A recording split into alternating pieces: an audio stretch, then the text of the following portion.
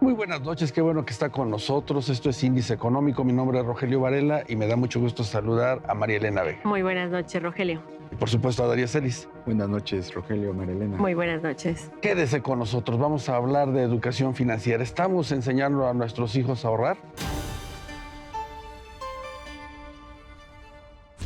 El secretario de Hacienda y Crédito Público, Rogelio Ramírez de la O, descartó el peligro de que el ajuste fiscal previsto para 2025 genere un freno en la economía. La agencia calificadora DBRS ratificó la nota de la deuda soberana de largo plazo en moneda extranjera de México en BBB con perspectiva estable. Esto es 2 niveles por arriba del grado de inversión.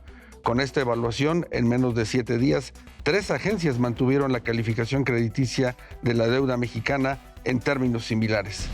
Economistas consultados por Citibanamex esperan que mañana el Banco de México mantenga sin cambio la tasa de interés en 11% y para el resto del año. Los especialistas prevén que la tasa se ubicará a niveles del 10%. El Consejo Coordinador Empresarial adelantó que el sector privado creó un cuarto de junto para trabajar de la mano con la Secretaría de Economía en el proceso de renegociación del Tratado de Libre Comercio con Estados Unidos y Canadá, que se realizará en 2026. ¿Qué tanto estamos haciendo como país el uso de todas las herramientas financieras que tenemos? Vea lo que le preparamos.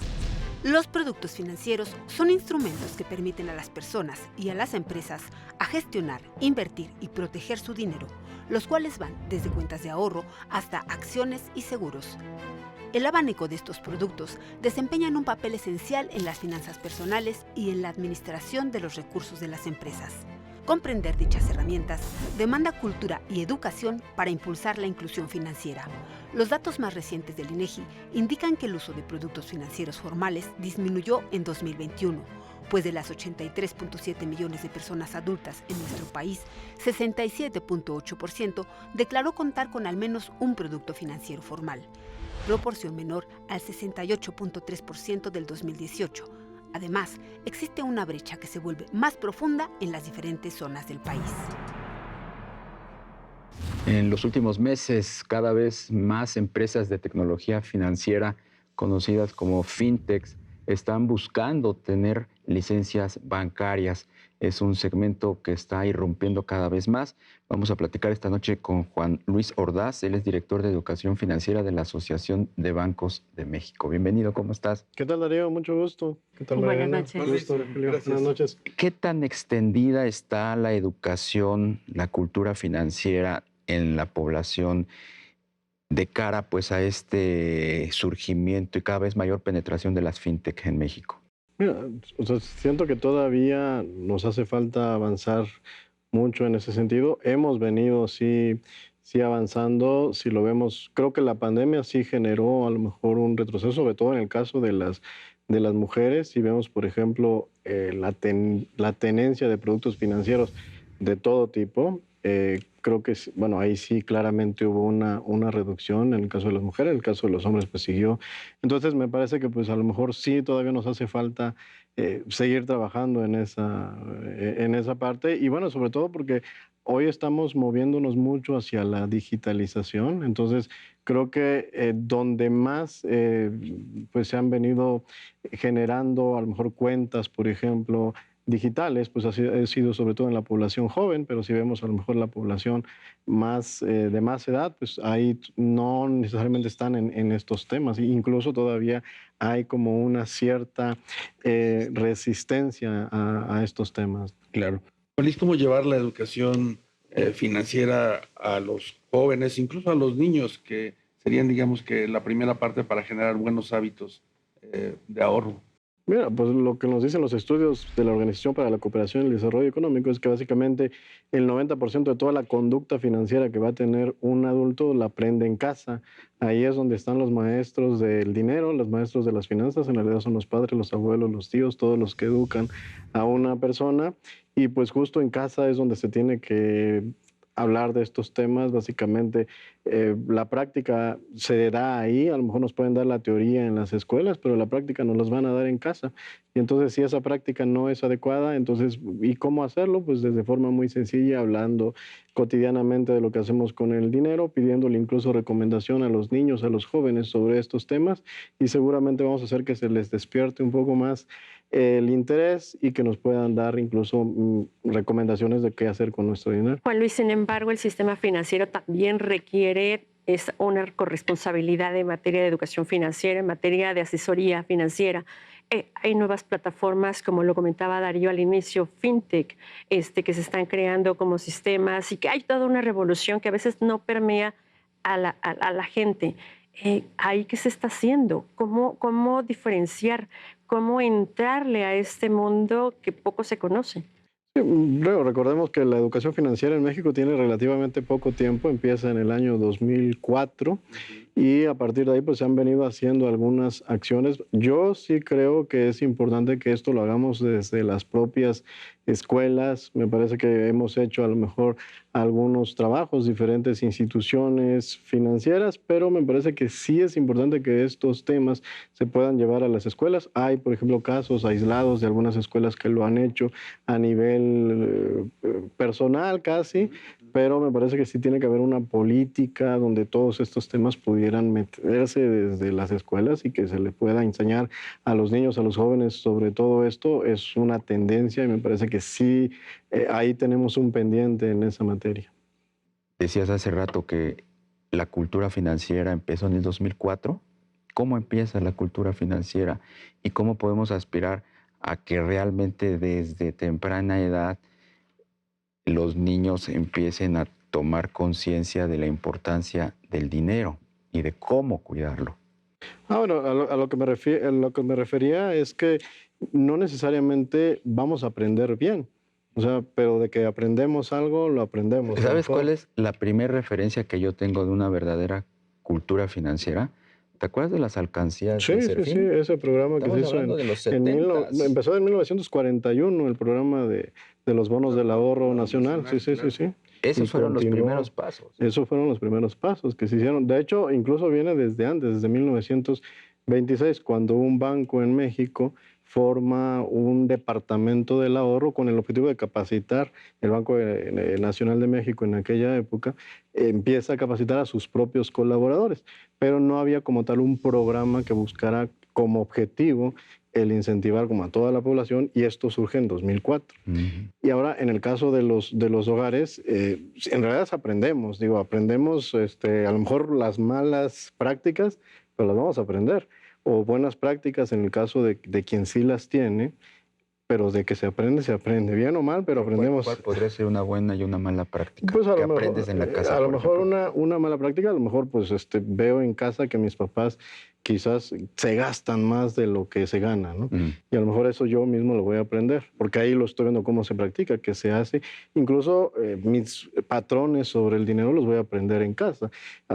Casi los mexicanos vamos a hablar 2 veces el dinero. Cuando no tenemos dinero y hay un problema financiero, ya empezamos a hablar de dinero, y el otro es cuando hablamos mal del que tiene dinero, y eso generalmente lo vamos a aprender. Entonces, no necesariamente, o sea, de que aprendemos, me refería, no necesariamente son cosas buenas, pero las aprendemos. Claro. Ahora Juan Luis, prácticamente los niños nacen con un celular en la mano. La tecnología también nos puede ayudar mucho para buscar esas buenas prácticas, ¿no? Sin duda. De hecho, hay unos bancos, algunas fintech, precisamente, que ya han buscado cómo le podemos hacer para que a lo mejor desde el papá y los hijos estén involucrados desde quizás alguna misma cuenta, donde el papá la pueda monitorear, donde les puedan incluso dejar actividades a los hijos. Objetivos de ahorro también puede ser, sí. Incluso actividades, oye, hiciste tu cama, bueno, pues esto tenía un premio de tanto. Se han hecho ya algunos esfuerzos, ya en México algunos bancos lo están haciendo en ese sentido, algunas fintech también.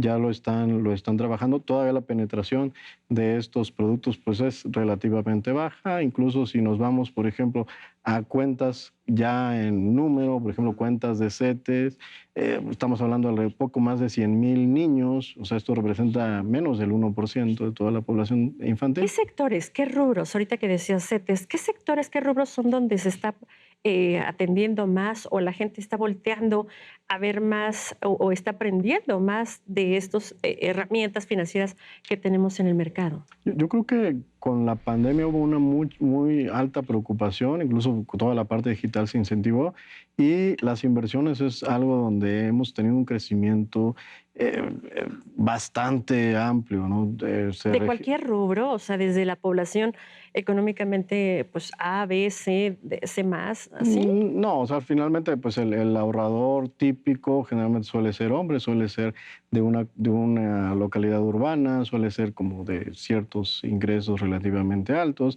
Pero ya si comparamos, por ejemplo, hombres y mujeres ocupados, la mujer tiende a tener mayor ahorro.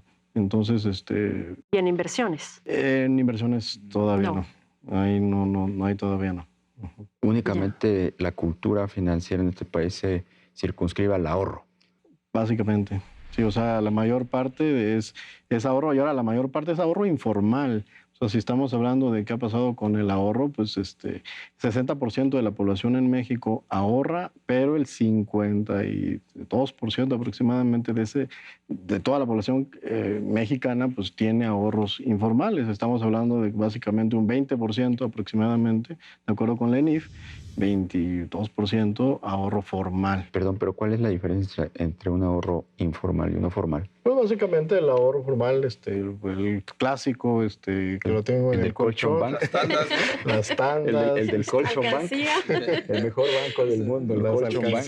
Versus otros países, ¿estamos igual? ¿Solo es el ahorro? ¿O cómo lo hicieron otros países para permear todo ese portafolio financiero que tenemos? Pues incluso hay otros países donde justo esto que comentaba Darío desde el principio, la parte de la digitalización ha venido siendo fuerte, casos de Brasil, casos de la India, incluso algunos países africanos se han subido a estas tendencias de las fintech. La parte de las remesas ha generado como una digitalización de las poblaciones que las reciben en estos países.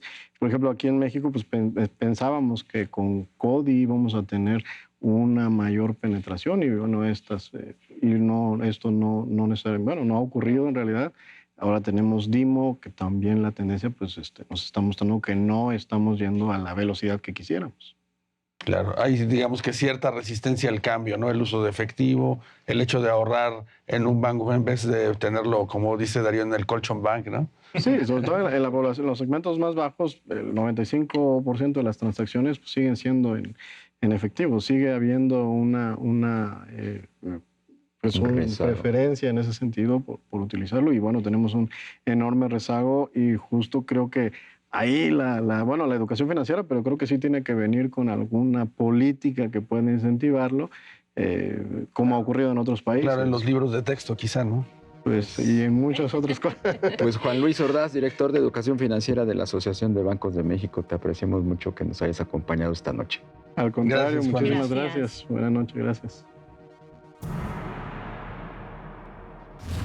Pues definitivamente todo un reto el de llevar buenos hábitos de ahorro a las familias, a los niños, a los jóvenes. Y bueno, esto es parte de la educación financiera, Darío, Marielena. Una educación que siento yo que se ha dado en goteo por muchos años y que no hemos visto pues una verdadera fortalecimiento de esa cultura. Al final del día esto ayudaría a que el país estuviera económicamente mejor. Claro. Que como ciudadanos también nuestras finanzas se vieran más permeadas, pero a diferencia de Juan Luis, lo que decía, que solo en casa, creo que en casa nos hace falta mucha educación financiera.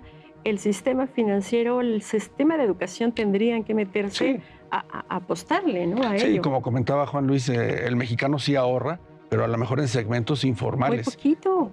Y muy poco. Entonces, al llevarlo al sistema financiero, pues se puede beneficiar sobre todo. Para pagar deuda. Claro, También, y esa es el la ahorro otra no opción. solamente es educación financiera, hay mucha plataforma que no estamos usando. Por supuesto, todo un reto definitivamente, Así Darío, es. Marilena. Buenas noches. Buenas noches. Y muchas gracias y buenas noches a usted. Esto fue Índice Económico. Lo invitamos a que nos acompañe la próxima semana, por supuesto, por ADN 40.